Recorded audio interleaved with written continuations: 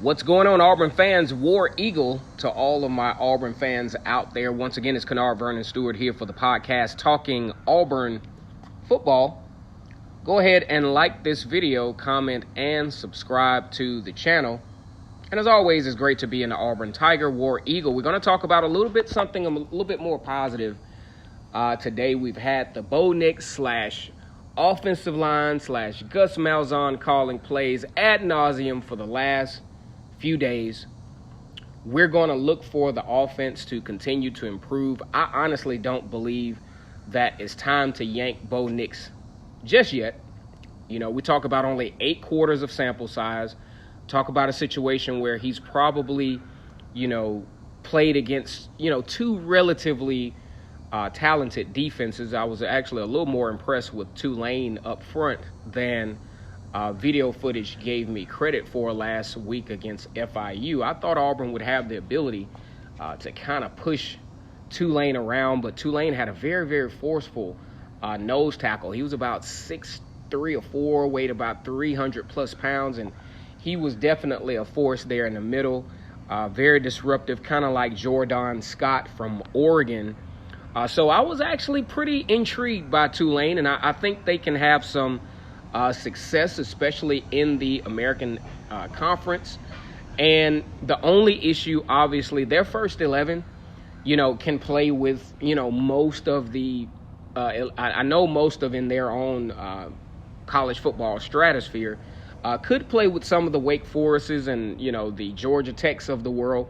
When you start to get up to Auburn and LSU, things starts to get a little tricky because of the depth issues with a team like Tulane. But big shout out to them. Very impressed with what I saw from Tulane. They were very competitive, played with a lot of intensity, did not appear to be fazed by, Auburn's physicality, by the whole SEC persona.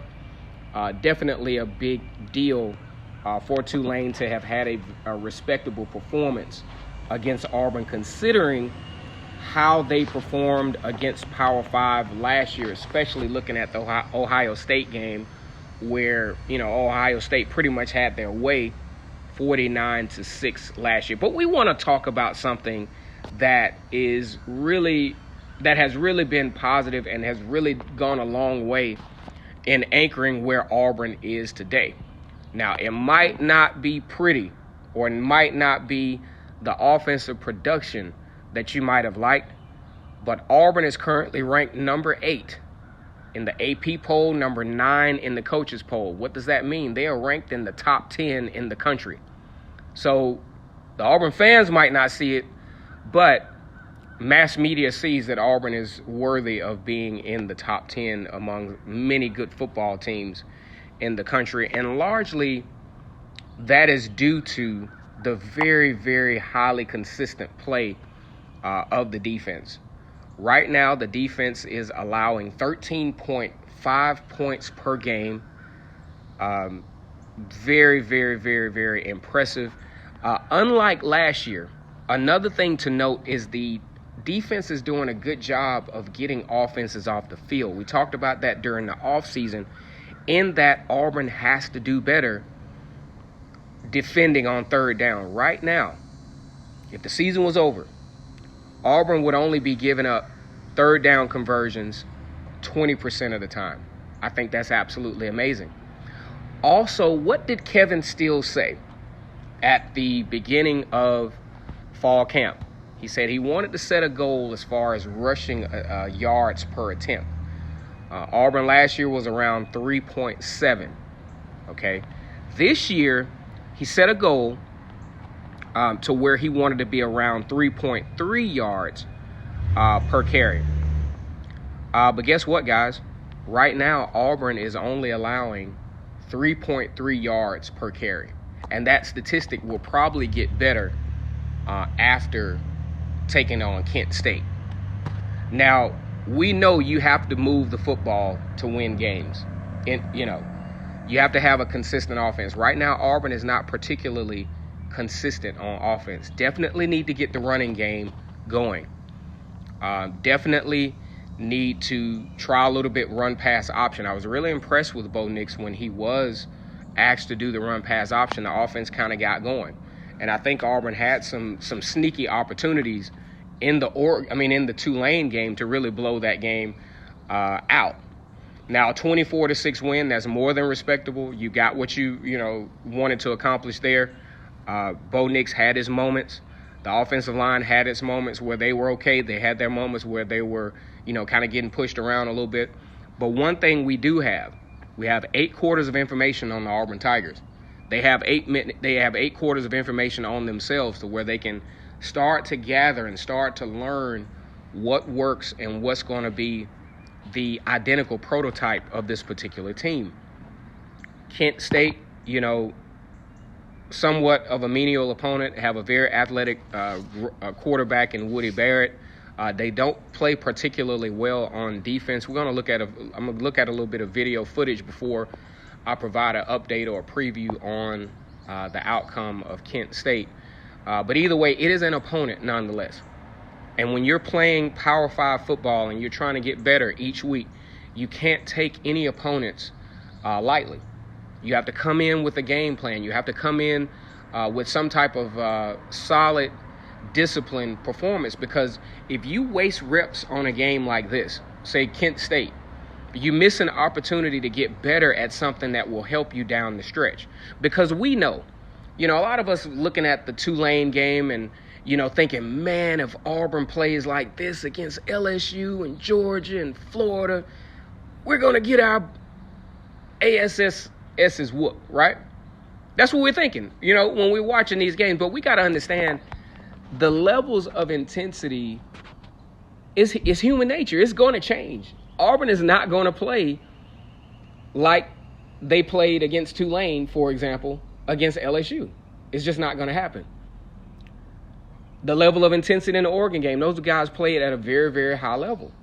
Great game for the Auburn Tigers. Great game for the Oregon Ducks. The Oregon Ducks poured it on Nevada last week. I think it was 77-6. So Auburn beat a good team in Oregon. Very fortunate to have won that game. Beat a good team in Tulane. Tulane in spots has some very, very good talent. And we'll have and hopefully in tracking them, hopefully they will have a very successful season. And let's just say Auburn continues to be successful as well and have maybe an opportunity late in the season to make the LSU game as the pivotal point as to whether Auburn is going to be highly successful or moderately successful, say going to a New Year's Six Bowl. But either way, winning this stretch, that's what's important right now, is developing your identity and having an opportunity to win this stretch where we're talking about Texas A&M, Mississippi State, Florida. Those are 3 key winnable, as we've seen on video footage, very, very winnable games for the Auburn Tigers. It is not unplausible to think that Auburn could be undefeated headed into the LSU game, but naturally you got to do it anyway, but you got to take it one game at a time. The Tulane game does not dictate how good this team could be, no more than Florida's abysmal performance against Miami totally dictates how they would have played that way, the way they played that night against most SEC teams. Yes, Florida might have lost, but you're not going to play like that every night. You're not going to play horrible every night. You're not going to play stellar every night. But back to the defense, though. I've been very, very impressed with the upgrades in the secondary. I really like the fact that Javaris Davis improved this week against Tulane. He made a lot of big plays. And one thing I'm seeing about Javaris Davis as we continue to talk about him is he tackles very, very well. That's one thing to note.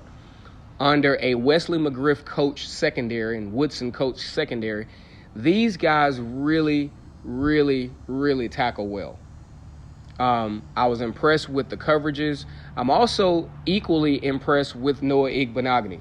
I talked about him during the offseason, thought that he had the potential to be a shutdown corner, and he's living up to that billing. Really impressed with the way Noah Igbenogany has approached his game this year. Definitely stepped it up. Excuse the outside noise. I'm at one of my favorite parks shooting this video. But either way, Very impressed with Noah Igbenogany and his development at the cornerback position as well. Now, when I look at passing attempts, Auburn actually had in 2018, Auburn would kind of allowed a little bit in the passing game. This year, Auburn is allowing about 5.57 yards per pass. Now, last year, Auburn actually allowed 7.57 yards per pass on defense, getting off to a very good start statistically with passes.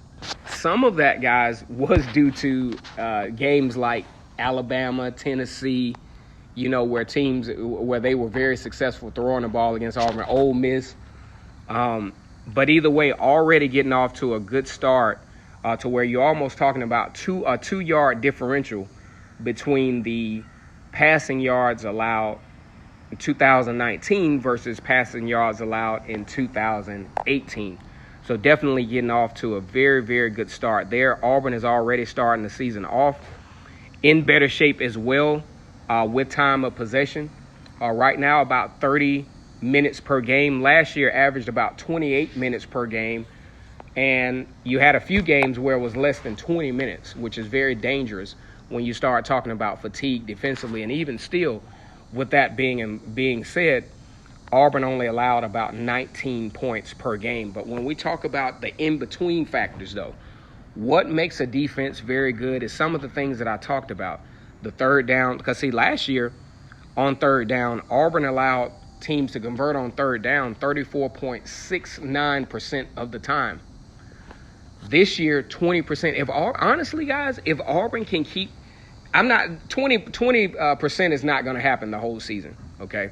But if Auburn can, take that thing from 34.6 to around, finishing off maybe around 28, 27, somewhere around there, I think Auburn can be a very, very, that's what makes you an elite defense. Those little things. Time of, taking advantage of time of possession, taking advantage of not allowing teams to stay on the field on third downs. Also the yards per catch, yards per run, those things start to add up. And many teams like to run the football on first down. And if you're only allowing less than 4 yards per run on average, even counting the long ones, you're doing pretty good on defense. So hats off to the Auburn defense so far coming into the 2019 season. They have played outstanding. Of course, you're going to have your missed tackles here and there, some missed assignments, but statistically among one of the best in the country so far. All right, so let's go ahead and like this video. Please leave your comments in the comment section. Now, I will tell you this. If it's something derogatory, if it's something disrespectful, don't waste your time because I'm going to delete it. And I just don't, YouTube will start to look at my channel, and that's a potential flag that can get the channel shut down. So keep that in mind when you're making your comments. All the derogatory, crazy comments go against the YouTube guidelines. It's not that I'm, necessarily taking it personal, but I don't want my channel to get shut down because we're in here talking too crazy, right? All right, so let's go ahead and like this video, comment, and subscribe to the channel. And as always, it's great to be an Auburn Tiger. We're talking Auburn defense today. War Eagle.